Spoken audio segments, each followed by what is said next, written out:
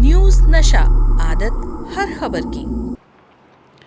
दोस्तों नमस्कार, मैं हूं विनीता यादव। जिस तरह से आज चुनाव की तारीखों का ऐलान हुआ और उसके साथ साथ मुख्य चुनाव आयुक्त राजीव कुमार जब अपनी शायरी करने लगे और ख़ास तौर से सबसे ज़्यादा मज़े अपनी शायरी करते वक्त वो जो ले रहे थे, अटखेलियाँ कर रहे थे, वो था ईवीएम का मुद्दा।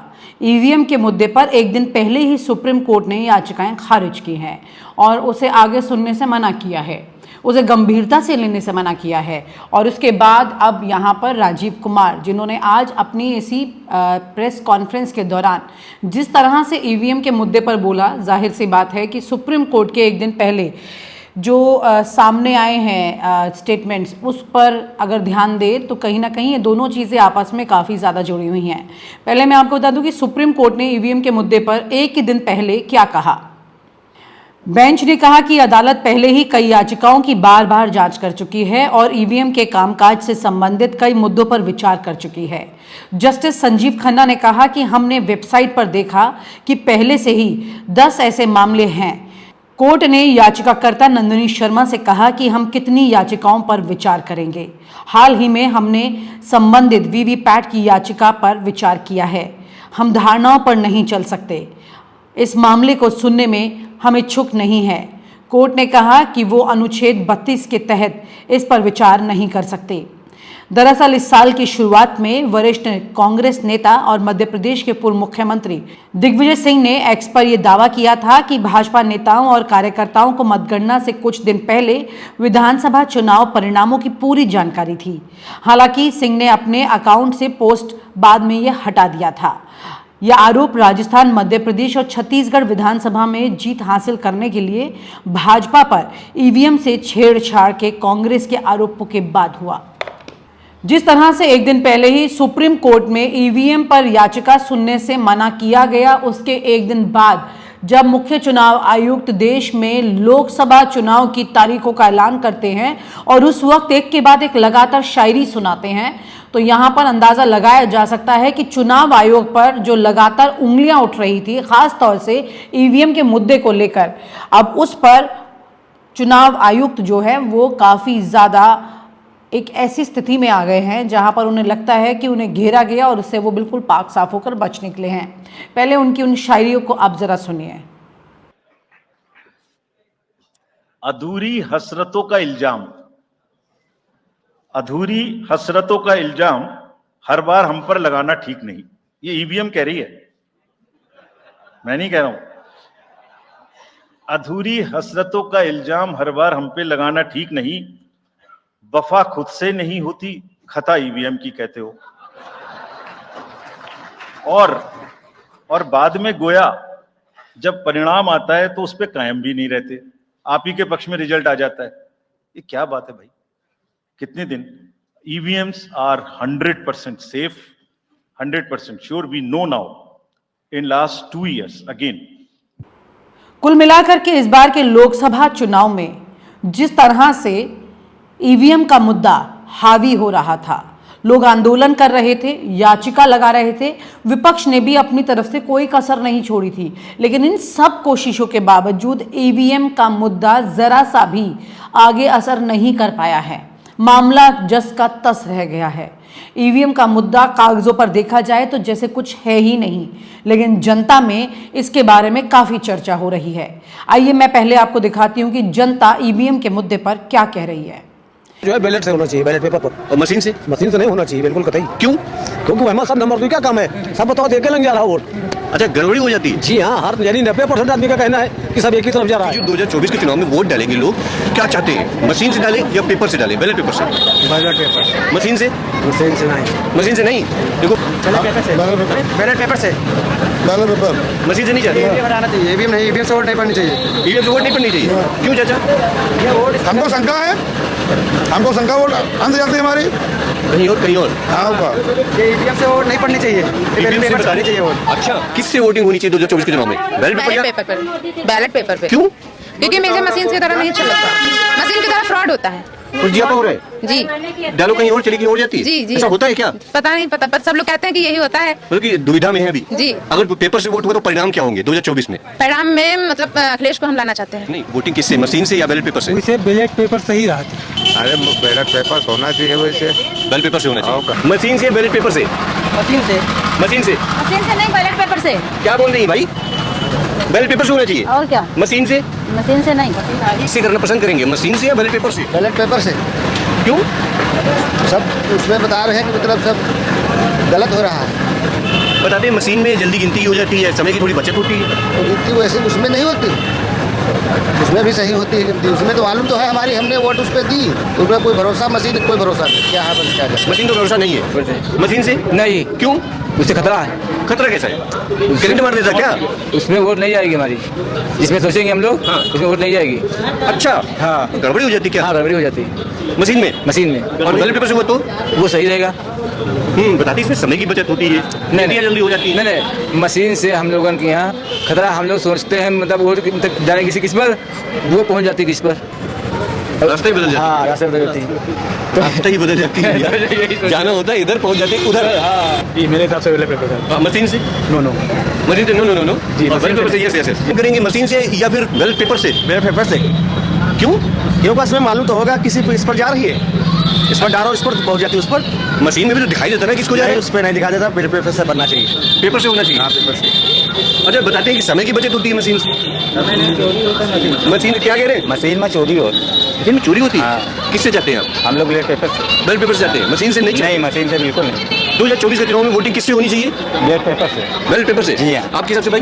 Ballot paper. बैलेट पेपर से होनी चाहिए। सर आपके हिसाब से? बैलेट पेपर से। बैलेट पेपर मशीन से नहीं? नहीं। चाची आप बताओ मुझे मशीन से वोट देना अच्छा है या बैलेट पेपर से वोट देना अच्छा है? मशीन तेरे नकली वाटे पड़ती हैं और? और वही पेपर पर लगवाओ जेठ मायावती चली जाती मोदी के रे अच्छा और जो का? मायावती जी का वो पहुंच जा रही मोदी जी का और का मशीन से? हाँ अब वो क्यों पेपर है तो ठीक है।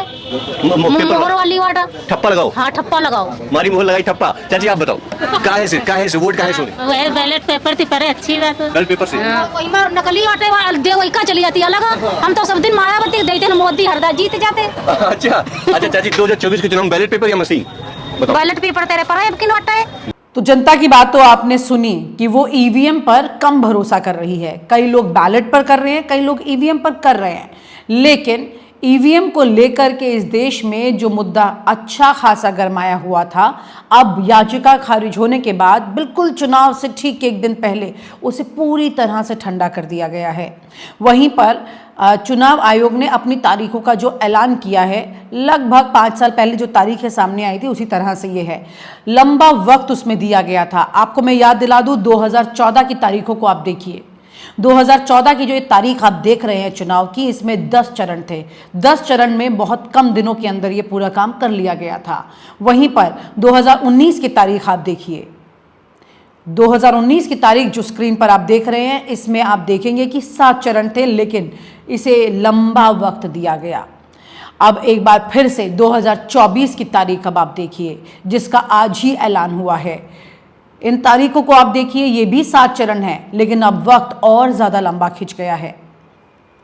ये जो लंबा वक्त खिंच रहा है, इस पर भी अब सवाल उठ रहे हैं कि चुनाव के दौरान जितना ज़्यादा वक्त दिया जाता है, उतना ज़्यादा उसकी प्रक्रिया पर शक पैदा हो जाता है। अब ये कहा जाएगा कि जो पार्टी किसी नुकसान में कहीं जाने लगती है तो वो इस तरह के मौके ढूंढती है। लेकिन क्या वाकई में लोकतंत्र में इतनी लंबी प्रक्रिया चुनाव के लिए देना वक्त, उसे कितना ज़्यादा सही और गलत आप ठहरा सकते हैं? इस बारे में आप इस कमेंट बॉक्स में इस वीडियो के बाद ज़रूर लिखिएगा, क्योंकि समझने की ये ज़रूरत है कि क्या लोकतंत्र में चुनावी प्रक्रिया से तमाम लोग पूरी तरह से संतुष्ट हैं या नहीं हैं। चुनाव आयोग की नियुक्ति के दौरान सीजीआई का जो रोल था वो हटा दिया गया है। उस पर काफ़ी ज़्यादा चर्चा हुई थी, सवाल उठे थे, विवाद उठा था, लेकिन ये विवाद खुद कोर्ट की तरफ से नहीं ज़्यादा उठाया गया, बल्कि ये विवाद बाकी लोगों की तरफ से उठाया गया, विपक्ष की तरफ से उठाया गया। लेकिन न्यायालय इस पर खामोश रहा।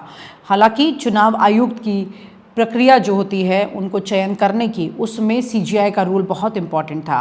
अब जो भी रोल है वो पीएमओ का रोल है उसमें, और उसी रोल में जो भी लोग और मौजूद हैं उसमें वो भी सब पूरी तरह से कंट्रोल में हैं। ऐसे में आप क्या सोचते हैं कि क्या चुनाव आयुक्त की जो चयन की प्रक्रिया है अब वो पूरी तरह से उतनी सही है जो लोकतांत्रिक देश में होनी चाहिए? और दूसरा सवाल यहाँ ये उठता है कि जो चुनाव आयुक्त आज शायरी करके अपने आप को खुश महसूस कर रहे हैं और तारीखों का ऐलान कर रहे हैं, क्या वाकई में सब कुछ बिल्कुल सही है? और अगर सही भी है तो फिर यहाँ पर विपक्ष को विचार करने की ज़रूरत है कि उसमें कहाँ पर कमियाँ हैं। आइए आपको कांग्रेस की भी प्रतिक्रिया सुनाते हैं। जब चुनावी तारीखों का ऐलान हुआ तो कांग्रेस ने क्या कहा। Friends, elections have been announced. They may call it a general election, but this election is a very important election. It's a milestone election because this election will decide whether our democracy will be protected or not. Whether Baba Sahib Ambedkar's constitution will be protected or one man's whims and fancies will decide the direction and the future of our democracy. It's a very crucial election. It also happens under a cloud of scams of electoral bonds, jailing and suspension and raiding of opposition parties, politicians, freezing the funds of the primary national opposition party. That's unprecedented. Reducing the constitutional status of the election commission. We've all witnessed how the Congress had a dissenting note to the appointment of the election commissioners also. So under these circumstances, the election has been announced. We have been raising issues that matter to the farmers, to the youths, to the women, especially to the unemployed youth, through the two yatras that Mr. Rahul Gandhi undertook, the Bharat Jodo Yatra and the Bharat Jodo Nyaya Yatra. He has underlined the need for India's politics to focus on these issues. Paper leak is not a small issue. It compromises the future of lakhs and lakhs of our young boys and girls. So when Rahul Gandhi talks about guarantee, when Rahul Gandhi talks about nyaya to these groups of people, people take it seriously. Because whenever Rahul Gandhi spoke about demonetization, COVID, GST, he was proved right. People know if Rahul Gandhi is saying something, he means it and it will be done. Mr. Mallikarjun Kharge had asked Rahulji to undertake the Bharat Jodo Nyaya Yatra, which culminates in Mumbai tomorrow. It started in Manipur. And throughout this yatra, Mr. Gandhi and the Congress party has been underlining the guarantees of Nyaya to the youth, to the farmers, to the women, to the tribals, to construction labor, to all the different groups that have been at the receiving end of a totally pro-rich regime that we've witnessed in the last 10 years. This election, people have been waiting for. People want to elect a party which thinks of the youth. The promise of 30 lakh vacancies to be filled by the Congress party. The promise to stop paper leak and bring in very, very tough laws to deal with it. The promise of Pehli Naukri Pakki. These are historical guarantees which have changed the way politics will be done in this country. No political party can afford not to focus on these issues. 18 million new voters is not a joke. And these 18 million new voters will be voting and they'll be thinking of Mr. Rajiv Gandhi and thanking him. He brought the constitutional amendment reducing the age limit for voting. Our tributes to him also. तो कुल मिलाकर के विपक्ष भले ही यहाँ पर तमाम तरह के सवाल उठाकर सत्ता पक्ष को घेरने की कोशिश करे और सत्ता पक्ष खुद को पाक साफ दिखाते हुए इन तमाम चीज़ों से बचने की कोशिश करे। लेकिन ऐसे में सबसे बड़ी जिम्मेदारी जो बनती है वो बनती है आपकी इन तमाम स्थितियों को देखकर समझकर आपने जो फैसला करना है वो आप करेंगे, क्योंकि अब तारीखें आपके सामने हैं और 4 जून को इसका फैसला आ जाएगा, जो कि देश का सबसे बड़ा लोकतांत्रिक त्योहार कहते हैं जिसे। और आप हमसे जुड़े रहने के लिए सब्सक्राइब करें YouTube पर, फॉलो करें Twitter पर और लाइक करें Facebook पर। और ज्यादा जानकारी के लिए आपको टाइप करना होगा सिर्फ न्यूज़ नशा।